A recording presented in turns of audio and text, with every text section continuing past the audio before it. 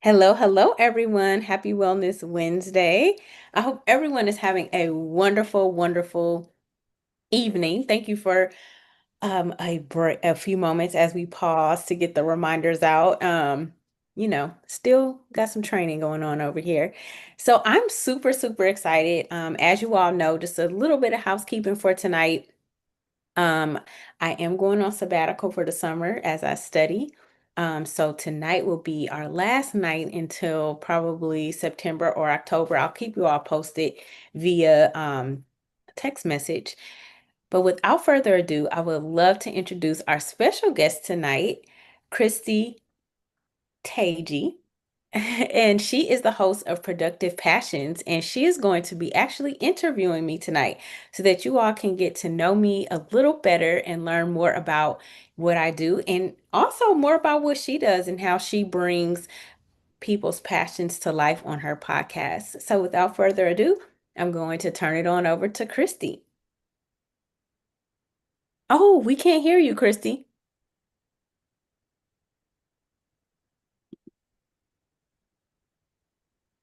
Hey, Errol, welcome.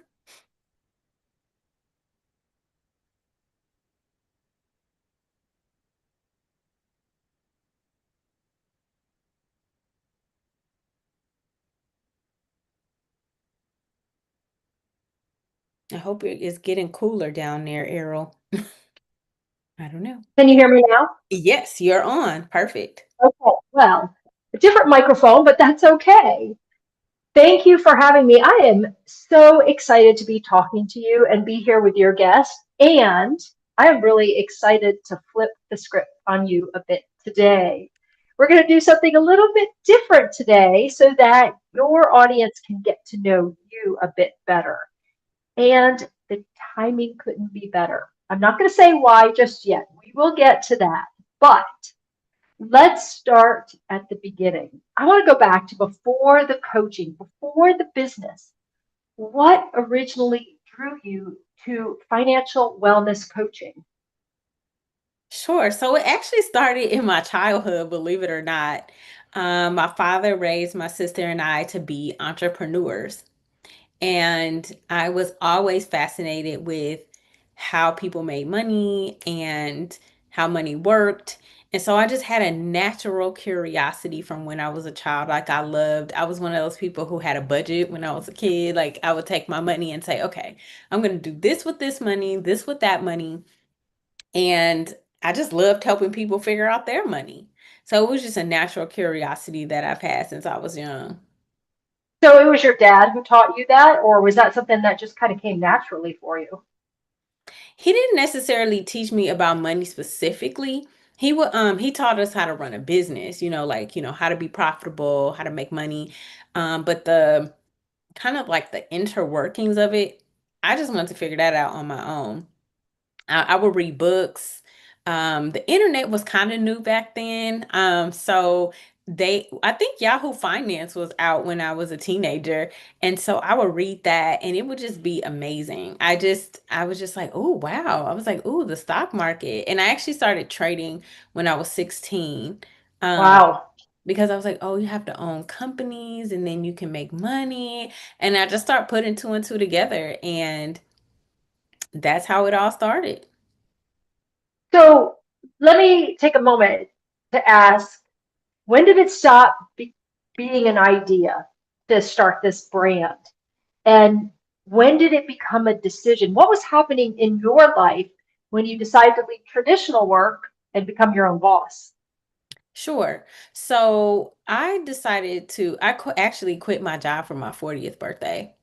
Um, Oh, I, happy birthday to you. right? It was a great gift to myself. I decided to bet on me. I had already started my financial wellness business, and how it started, a friend of mine from high school, we actually reconnected on the Bible app. And before that, I was teaching financial literacy in my Bible study group. I was teaching at a Bible school. I had written or co-authored a financial literacy curriculum based on the Bible. And I just noticed that people had a need to understand their finances because, I don't know about you, but when most of the people I know didn't learn financial literacy in school or at home. It's like people were just Right, figuring it out. right. And Yeah. so I had done a lot of reading, a lot of studying, just a lot of my own research, and obviously, with my own finances. And people would come to me and ask me questions, and I would help them. But I didn't have like a business or anything like that. And honestly, I did start a business, but then I had got imposter syndrome because, and I literally just stopped. I just stopped. I was like, I'm not really qualified to do this. So I literally just stopped the business. I shut it down because the confidence thing, which I'll Yeah. talk more about later. And then fast forward, I started my financial wellness business once I reconnected with my friend from high school. She was like, "Well, you're giving all these people financial advice. How do you make sure that they implement what you're teaching them?" And I was like, "Actually, I don't really have a way to do that. Like I can just tell them what to do. I don't know if they do it or not, or they have a vehicle or, resources." And then from there, I was able to basically start my business because of her. So was that scary for you? That transition from that traditional work to owning your own brand? Was there anything scary about that or no? Actually, this time around, no. Like I said, the first time I definitely had imposter syndrome. That was scary for me because I How didn't did you get over that? because I'm the type of person like I feel like, for example, I'm going to take this exam. Whenever I take exams, as long as I've studied and I know that, I have the information within myself, I feel very confident. I guess at that time when I was a little younger, I felt like, okay, well, I don't have this degree or I don't have this credential or I don't have this or I don't have that. But really, that was just all fear, because people were coming to my events and people were taking my advice. It's just that, it was me. So a lot of times I always teach people that money is really a mindset thing. And I see that I saw that within myself with that imposter syndrome. Like I didn't, the mindset wasn't there like, oh, I can advise people on money. So I got the second time around, I had years of experience at this point.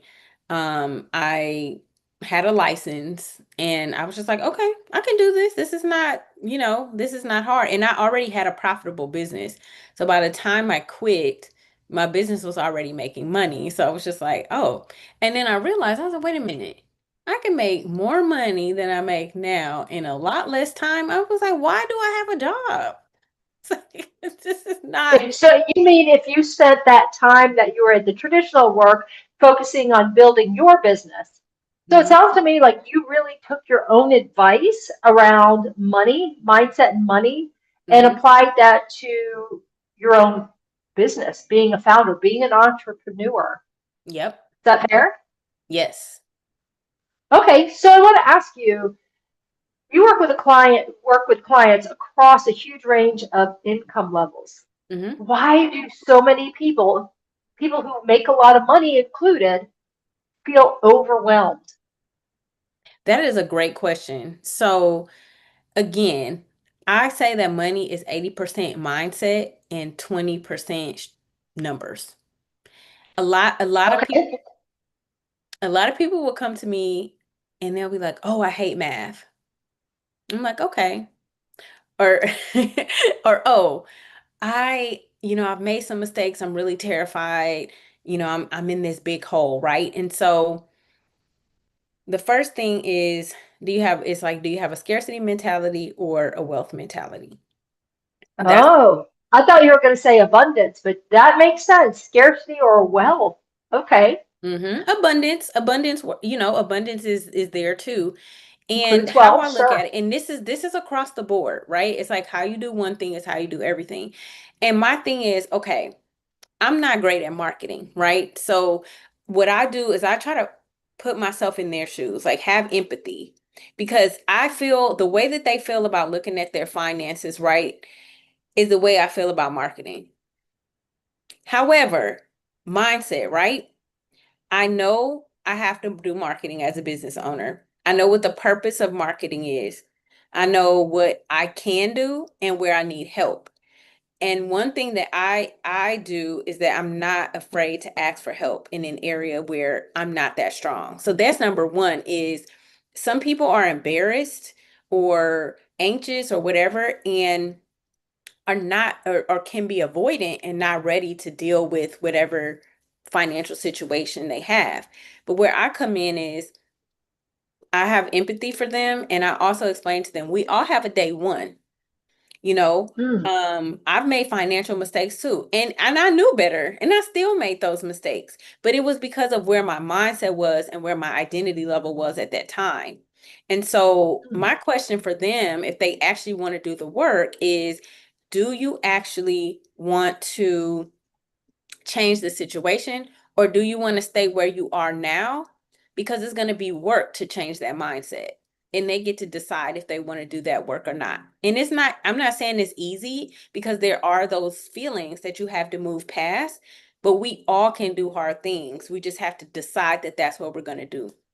Well, and I think you make a really good point there because you can't do it for somebody. So by asking them that question, you're asking them if they're ready because they may want to be in a different situation, but if they're not willing to do the work, then it might be okay, what's getting in the way of that? Maybe you need to take care of that before you come back. Is that something that you found with some of your clients or people who wanted to hire you but maybe weren't quite ready? Oh yeah, absolutely. Absolutely. I have tons of people that are not ready, that come to me. And I do have an assessment and I can kind of tell that up front. Um, it's kind of like I do applaud them for even taking the step to try, right? Because That's your empathy. that's my empathy, yes. However, I do like I had a consultation the other day. Hey Jen. Um Hi, Jen. I had a consultation the other day and I I was very honest with her. I'm a very honest person. I'm not going to sugarcoat. I was just like, people say they want things, but they make excuses for why they can't do X, Y, and Z. So the question really then becomes, do you really want it? And are you willing to do the work to get there? And Mm. it's okay if the answer is no. Right, right. But it's like anything else, right? You can't hire somebody to do it all for you. Maybe somewhere you can, but if you want things to be different, you have to do something different. And That- sometimes it's not even that people aren't doing something different because they're lazy, it's because they don't know. So that's where you come in, right? You Mhm. come in with the here's how, let's do that together. Correct. Yep. Hmm. Okay. You said before that time is more valuable than income when it comes to investing. Help me unpack that because to me that just sounds backwards. So tell me what you mean when you say time is more valuable than income when it comes to investing. So it's actually like it's just math, right? So the longer you have something in an investment, you can capitalize on compound interest, Mhm. right? So it's kind of like a snowball. A snowball can start out like really tiny, but then as you move it along, it starts to become bigger and bigger and bigger, right? And that moving it a snowball along is the equivalent of a timeline. So let's Okay. just say, you had a baby and started investing for that baby before they were born. Next thing they're 18 years old, it's time to go to college. You have a nice nest egg for them, right? Depending on how and where you invest. Um, and so a lot of times, we're taught, oh, you start investing when you get your first job. Well, that doesn't necessarily need to be the case. You can actually invest for your child as soon as they're born, right? There's like UTMA accounts and all sorts of different things that you can do for your child, to set them up for a secure financial future.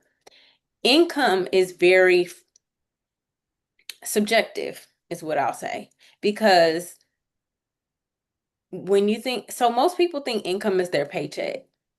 That is not income. Income is Okay. really money that you have left over after you've paid your expenses. Oh, okay. So Okay. money coming in, if you think about it, we're all individual businesses, right? As Yeah. entities, right? We either sell our time for money or we have assets that produce money, however it may be.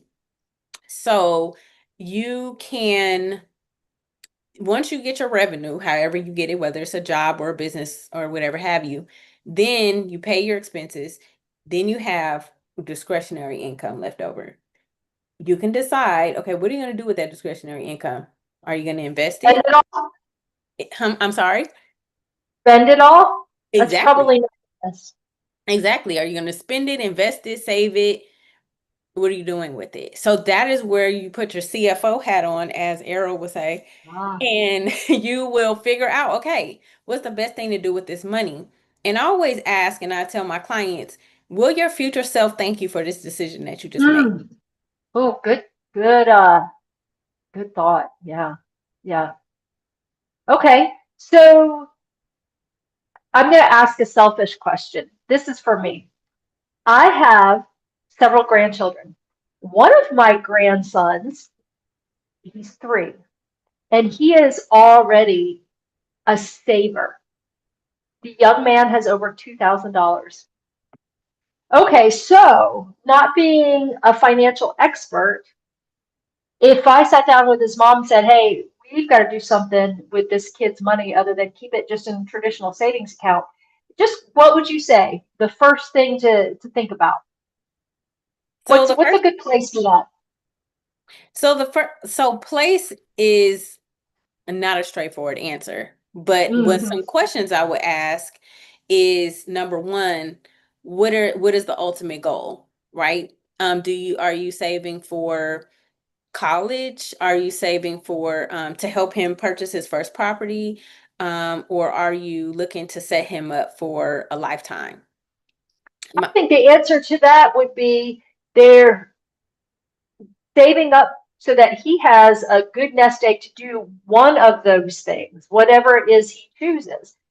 I mean, it's unusual for a 3-year-old to have that much money, but he's the same. I have another grandchild who's the same age who will have a lemonade stand at my house later this week because she will make good money, but it is for the toys that she wants. She's spending it. So I Mhm. think for him who already thinks about saving money, it would be okay, let's put this in a place that will have compounding interest, that will have, Mhm. whatever we should be thinking about so that one day he can make his mind up about where he's going to use this money. Maybe we'll have to set up an appointment with you. That'd be great because I was gonna say my response to that would be, what if I told you that there was a tool that will let him do all three of those things? Oh, see, yeah, I'm going to have to set up. Yeah. Hmm. Okay. Okay. So if you want to hear more about that or have similar questions, people should be reaching out to you to have those one-on-one conversations. Because I'd Absolutely. probably say, and what should I do for my granddaughter who likes to spend, spend, spend? Um, so, okay, got my answer. Reach out and schedule that appointment. Yes, I want to ma'am. shift gears a little bit because I think maybe some people listening now and who will listen to it later, they're Mhm. not just managing paycheck, they're building something of their own. So let's talk about founder money for a minute. And I get excited about that because, and I'll interrupt myself for a minute to say, I am the host of a podcast called Productive Passions, where I'm interviewing people like yourself who have taken a chance on themselves to follow what they're passionate about and making a difference. You are making a difference in the lives of people who don't have the financial literacy or understanding yet until they've worked with you. So that's what Productive Passions does. So founders who are trying to figure out where to get the money from to start their business, their foundation, whatever they're thinking about. Where should they not go for funding? That is well, I'm going to be a little subjective here, or yes, Okay. because I shouldn't say it's not a not. It really, first of all, it depends on the business, right? And so if you one thing, like I asked someone yesterday, have you done research to see if you have a viable business in the first place before you put all this time Right. and money into it? That's number one. But then number two, for example, some people will, if they've left an employer, they'll have a old 401k Yep. and they'll tap into that money. In certain instances, that's okay, but you have to also understand that if you're under 59 and a half, you're going to incur taxes and penalties, so it's not going to end up being as much as you thought it was. Um, and so I'm always advising people to be very careful with that, just, because also knowing a lot of business owners too, they're not always saving enough for their Right. retirement. And a lot of people, they're like, oh yeah, it's my money. I want to use it now. And I'm like, okay, but what about later? Like, what is the plan to prepare, right? Because, and then there's often no other money. Like I spoke to someone the other day that was very near retirement age and they had zero saved for retirement. Mm. And I'm just like, Mm. I Ouch. mean, I was like, that's scary. I mean, I feel like I'm a empathetic, I'm an empath. And I'm just like, oh my gosh, I cannot imagine. But I'm like, you have to get some cash flow. Like you literally, I was like, I can't wave a magic wand. You literally Right. have to get some cash flow because you can't do nothing with nothing. So anyway, Right. back to your question. I would just say be careful using retirement funds for that. Also hard money loans, because What do if you mean? so hard money loans are like due like very quick, 30, 60, 90 days depending. So like some people use them if they're doing flips. Yep. So you Okay. so you may want to I'm not a real estate expert, so I can't really speak too deep into it, other than the few examples that I know of. But if you don't sell the property by the time the loan is due and you don't have any other sources of capital, there's an issue there. So those would be the two places that I would probably say maybe don't go that route. But some people know what they're Mhm. doing, so it's okay. They're And that's again where we'd say pick up the phone and make an appointment and speak with you or someone like you who can give some advice based on your situation. I know we're running out of time. Can we go over just a little bit? Yeah, that's fine. Okay. Um, I want to ask a few more questions because you've also said that the tax code is actually written to benefit business owners. hmm What do most people misunderstand about that? So if you have a W-2 only, and people are always like, oh, taxes, taxes, taxes. Because the tax code is written for business owners. So business owners get a lot of tax breaks. Wealthy people get a lot of tax breaks because they understand how to use the tax code. I look at the tax code. I go to tax classes multiple times a year because as a business owner, I feel like it's my responsibility to understand what benefits that I get. This country is designed for business owners. Like there's so many benefits and breaks. However, everyone is not called, so to speak, to be a business Mhm. owner in the Yep. traditional sense, right? I mean, you can Yep. own as a stock investor, you can be a business owner that way. Um, but everyone is not called to own in a certain way. So unfortunately, you may not get as many tax breaks because you're not a business owner. Okay. Okay. So I'm sure there's more to that, but that's a really good way to think about it. That this country was really the tax code's really designed for business owners. Um, I got a couple rapid fire questions for you. You Sure. ready? hmm Got two for you. All Okay. right. What's one financial myth people should stop believing? That they can self-insure. Oh, Yeah, is because that a thing? Oh, tell me. yeah, like so many people are like, oh, I don't need insurance. I don't want to pay for insurance, this and that. Well, basically, you're taking on the all risk in life, so to speak, when you are using your own cash and your own money to self-insure. I'm all Mm. about leveraging OPM, other people's money. Ah, I love it. Sounds like there's a song in there. Right. You can work on that later. Okay. So the next one, what is something that wealthy people understand that other people do not? Leveraging other people's money. Isn't that something? Okay. Yes, because it's like, okay, if you think about it, oh my gosh, who was I literally just had it in my head. Oh my gosh, was it Elon Musk who borrowed, I think he had bought like PayPal and Twitter Mm-hmm. and reinvested the money and then borrowed money to pay rent. I can't remember if it was him or Mark Zuckerberg, one of them. And he basically was like, yeah, I'm just going to invest because I know I'm going to get a return on my investment because he believed in himself enough to know that that was going to happen. And he Uh-huh. was like, this rent and stuff is insignificant compared to the The gain, upside. the upside of, he was like, I'm not worried. Like most people, Ah, wealthy people don't think like other people. They think I'm gonna pay my bills first, and if I have anything left over, I'll save and invest. Wealthy people don't think like that. Wealthy people are investing and saving first. You're paying yourself first. You're leveraging other people's money to buy assets, right? So a lot of people think, oh, debt is not good. Well, bad debt is not good, but if you're getting debt that pays for itself, like say, for example, you're buying an investment property and the rent or the Airbnb or whatever is covering the mortgage and you're making a profit, well, that is actually working out in your favor. oof. So, So pay yourself first and leverage OPM. yeah. Okay. I want to end where a lot of people listening probably are right now.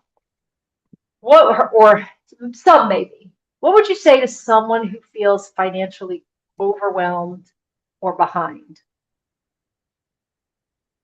I would say, um, number one is to give yourself grace.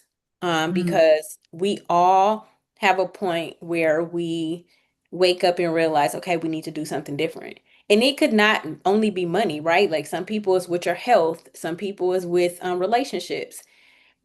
The next thing you would do is decide, okay, what do I want it to actually look like? And then the third thing I would say is decide if you need help, and get the help that you need. Everything doesn't have to, you don't have to figure everything out yourself. Now, you do want to educate yourself. I think that's crucial, to Yeah. really understand um, what you're doing or why you have certain accounts, what they're doing, what they're not doing, like at least a basic understanding, so that, if you are ever in a predicament, like I had a client who had came on to hard financial times, and I'm like, well, you had this account over here that you could have used, like just call me, like I'll help you, like you have money over here. So it's like sometimes folks, so that's why I'm adamant with my clients on having reviews, annual reviews. I'm like, I want you to know what Mhm. you have, why you have it, because I don't want you over here stressed out about money. Like, you have money. So smart. So very smart. I want to go back to sort of the teaser at the beginning. Something you announced yesterday. You are a featured co-author in the upcoming book, Sister to Sister. Sister to Sister.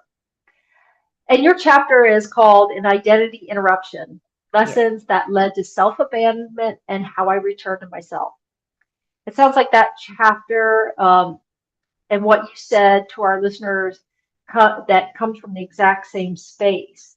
Tell Hmm. me a little bit about that book and that self-abandonment and how you got back to yourself. Sure. So, Sister to Sister is a compilation of multiple authors, and we are sharing basically our wisdom on how we overcame some very challenging circumstances. So, my challenge was having an identity interruption.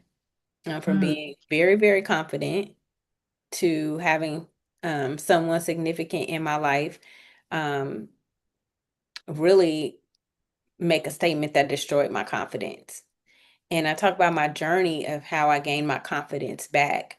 And I wrote it because I meet so many individuals that don't feel confident with their finances. They're either disorganized, all over the place, or they actually do have money. Just because, people have money a lot of times, they just don't know what they have and they don't understand it. right. And how can they leverage it and make it work for them? So I talk about like, okay, this is how you get back because we can do anything that we set our mind to. Again, everything starts with a choice and a decision. Hmm. I love that. Last one. Sure. Tell me about beyond the busyness. What does that phrase mean to you? So, back in 2018, after my grandma passed away, we were very close. I was just kind Mm, of pondering like my purpose in life. And I'm a recovering overcommitter. And that's why my company is called Beyond the Busyness because I wanted to get intentional about life. And I tell people I don't do shoulds and have tos. I don't do obligations. I only do things that I want to do and I'm passionate about. And I feel like everyone should be able to live in that truth.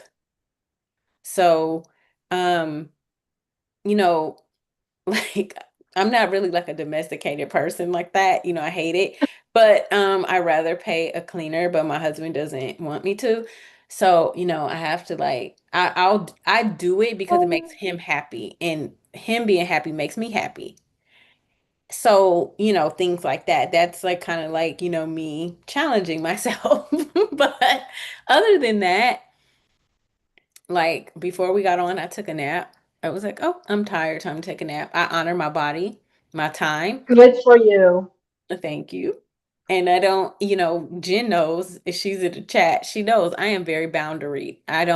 My phone is on do not disturb most of the time because I only answer a call when I can be present and listen to the person on the other end. So I am very, very intentional about my time, my money, and the choices that I make in my life. I love that. Well, I we didn't talk about it, but the way we met was March. We were both in Syracuse. You were at the Syracuse Half Marathon for your husband, and I Yep. was there running the race. And I've got to tell you, I meet people all the time. It was such a pleasure meeting you and your family. I am just so Thank you. grateful for that day. And thank you so much for letting me turn the tables tonight and let everybody get to know you a little bit more. And I would encourage people to check out your socials, to read Sister to Sister when it comes out. And you have another book, right? Yes, my other book is called Think, Learn, and Feel Rich, and it is 10 short lessons on finance. But it's not just a regular book because I know that, again, I want to meet people where they are. Mm. So, my thing, I'm really big on legacy. So at the end of each chapter, there's actually a worksheet. And so by the time you finish the book, if you decide to do an estate plan, like a trust or a will, you have all your finances organized. You actually know what you have and what you don't have. And you understand what each of your accounts is doing for you. And you have a summary that you can either put in your will or your trust. So it's really designed to help you start planning for your legacy and getting organized. I love that. I love to read. I love books. And I especially love books that give me a little bit of homework because Yeah. that way I'm learning as I go. So kudos to you, Mia. Thank you so Yeah. much for letting me do this with you. It has been such a pleasure talking to you and getting to know you. And look, I know we could do this for hours on end because we've chatted. But it's been a privilege interviewing you tonight. Thank you so much. Well, thank you, Christy, for interviewing me and for this great idea. Like I never would have even thought about this, but this is why you do what you do because you know how to bring out the wonderful things in people. And so how do people follow you so I can put it in the chat? Oh, well, thank you for asking. I am Christy Tagye with Productive Passions. I have a website, productivepassions.com. I have a YouTube channel which has all of the interviews, even the interviews before I did videos, because people want to know the person behind the business, and they also want to see them. So this, what we've done, is similar to what I do with other people, and it's people are incredible. I've talked to so many different kinds of people, from actors to activists. And it is always a pleasure to get to know the person beyond just the job that they do. It's very personal. It is quite an honor to be invited into these people's lives, just as it has been for me to talk with you tonight. So again, thank you so much. I appreciate it, my friend.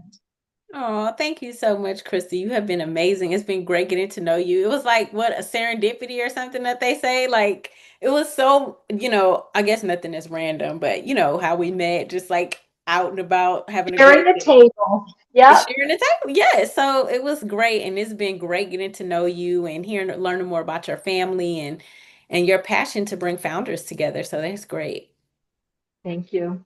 Awesome. Well, thank you all for coming tonight. It was so great to see you, Jen, Errol, Faith, and I'm not sure who else is here because I know people are always listening in while they're driving. But thank you for coming on tonight. Again, just to let you all know, we're taking a sabbatical, and I will send out a message when we come back on after the summer.